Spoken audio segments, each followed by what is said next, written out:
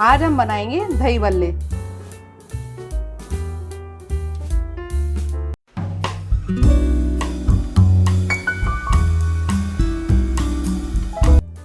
दही भल्ले बनाने के लिए हमने लिए 1 कटोरी उड़द की दाल धुली हुई और 1 कटोरी मूंग की दाल। मूंग की दाल हमने इसीलिए ली है क्योंकि इससे हमारे जो भल्ले होते हैं वो बहुत सॉफ्ट बनते हैं, टाइट नहीं होते हैं। तो इसको मैंने साफ पानी से 2-3 बार धोकर 2-3 घंटे के लिए भिगो के रख दिया था। उसके बाद इसका पानी निकाल दिया। अब हम दोनों दालों को पीस लेते हैं। आप चाहें तो मिलाकर पीस सकते हैं और वरना अलग अलग भी पीस सकते हैं। पीसते टाइम हम इसमें 4 हरी मिर्च और 1 इंच अदरक का पीस भी डालेंगे। इसमें इसका टेस्ट बहुत अच्छा आता है। सबसे पहले हम मूंग की दाल को पीसेंगे। आप चाहें तो दोनों को मिक्स करके भी पीस सकते हैं, लेकिन मैं अलग अलग पीसूंगी। ये देखिए मैंने मूंग की दाल को पीस लिया। थोड़ा दरदरा ही पीसा है, बिल्कुल महीन नहीं पीसा है, इस तरह से। अब हम उड़द की दाल पीसेंगे। उड़द की दाल भी मैंने पीस ली है। अगर पीसते टाइम आपको दाल थोड़ी गाढ़ी लगे तो आप इसमें थोड़ा पानी मिलाकर उसको अच्छे से पीस सकते हैं। दोनों दालों को अच्छे से मिक्स कर लेंगे। दाल को मिक्स करने के बाद इसमें हम 1 टेबल स्पून नमक डाल देंगे। आप नमक स्वाद अनुसार डाल सकते हैं। और अगर आपको दाल थोड़ी गाढ़ी लग रही है तो आप इसमें थोड़ा सा पानी डाल सकते हैं। देखिए मैंने छोटी वाली कटोरी को लिया है और थोड़ा ही पानी डाला है इसमें, और इसको अच्छे से हम फेंट लेंगे 5 से 7 मिनट। दाल फेंटते टाइम हमें ध्यान रखना है, हमें दाल को फेंटने का जो डायरेक्शन है वो एक ही रखना है। दाल को मैंने अच्छे से फेंट लिया है। अब इसको चेक करने के लिए हम इसे हाथ में लेंगे ऐसे, और जैसे हम बरी तोड़ते हैं ना ऐसे पानी में इसको तोड़ेंगे। अगर ये पानी में ऊपर तैरते के ऊपर आ जाती है तो हमारी दाल अच्छी फिटी है, और नहीं आती है तो इसका मतलब दाल अभी फिटी नहीं है। तो देखिए पानी में तैर रही है अच्छे से ऊपर, तो यानी हमारी दाल बिल्कुल फिट के रेडी है। अब इसको हम फ्राई करेंगे। ऑयल को मैंने अच्छे से गर्म कर लिया है। अब इसको मीडियम फ्लेम पर रखकर हम दाल की पकौड़ियाँ तोड़ेंगे इसमें।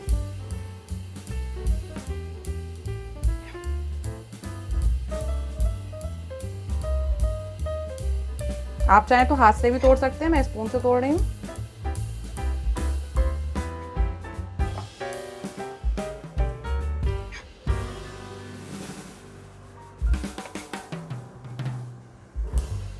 इस तरह से हमने अपनी पकौड़ी तोड़ ली है। देखिए फूलने लगी हैं अच्छे से। ये साइज में बड़ी हो जाती हैं अपने आप ही। अगर आपकी दाल अच्छी फिटी होगी तो ये साइज में अपने आप बड़ी हो जाएंगी।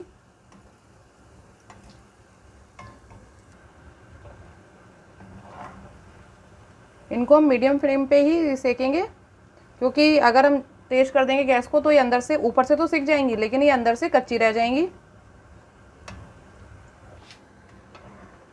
पकौड़ियाँ अच्छे से सिक गई हैं, इनको हम निकाल लेंगे अब।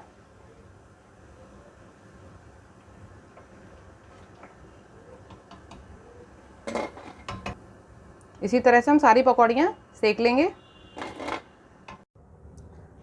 सारी पकौड़ियाँ सेक के रेडी हैं। अब हम थोड़ा गुनगुना पानी लेंगे। बहुत तेज़ गर्म पानी नहीं लेना है, हमें गुनगुना पानी ही लेना है। इसमें हम 1 चम्मच नमक डाल देंगे और 1 चुटकी हींग डाल देंगे। इन सबको अच्छे से हम मिक्स कर लेंगे।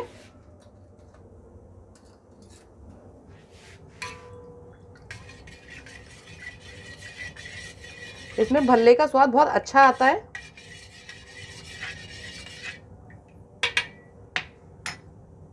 अब इसमें हम ये पकौड़ियाँ डाल देंगे। अगर आप एक ही दिन में सारी यूज़ करने वाले हैं तो आप सारी पकौड़ी एक साथ डाल दें, वरना जब ये ख़त्म हो जाए और फिर इसको दोबारा पानी में डाल दें। आप सूखी पकौड़ियाँ ऐसे ही फ्रिज में रख दें, 4 से 5 दिन अच्छे से चल जाती हैं ये।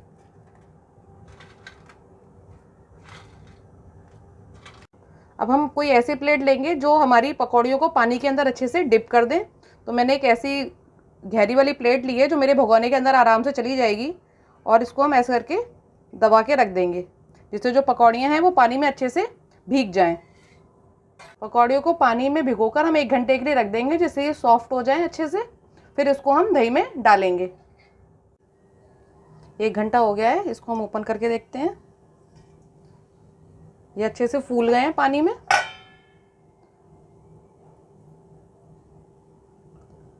अब हम एक प्लेट लेंगे इनको पानी में से निकालेंगे और इस तरह से प्रेस करके अच्छे से इसका पानी निकाल देंगे।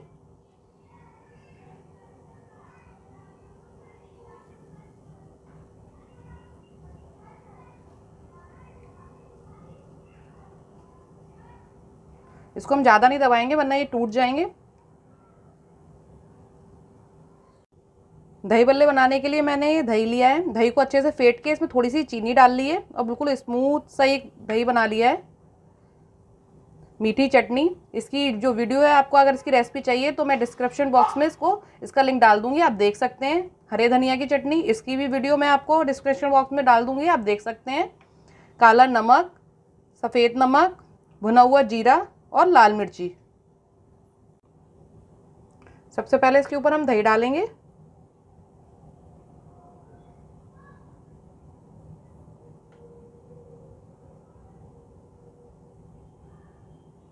फिर मीठी चटनी डालेंगे।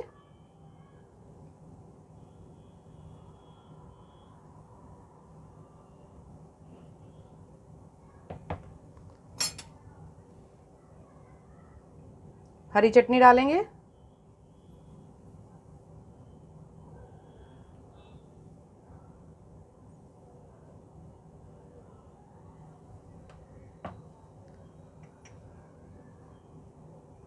लाल मिर्ची पाउडर डालेंगे ऊपर से। भुना हुआ जीरा, नमक और काला नमक। काला नमक डालने पे इसका स्वाद बहुत अच्छा आता है, आप लोग भी एक बार ट्राई कीजिएगा।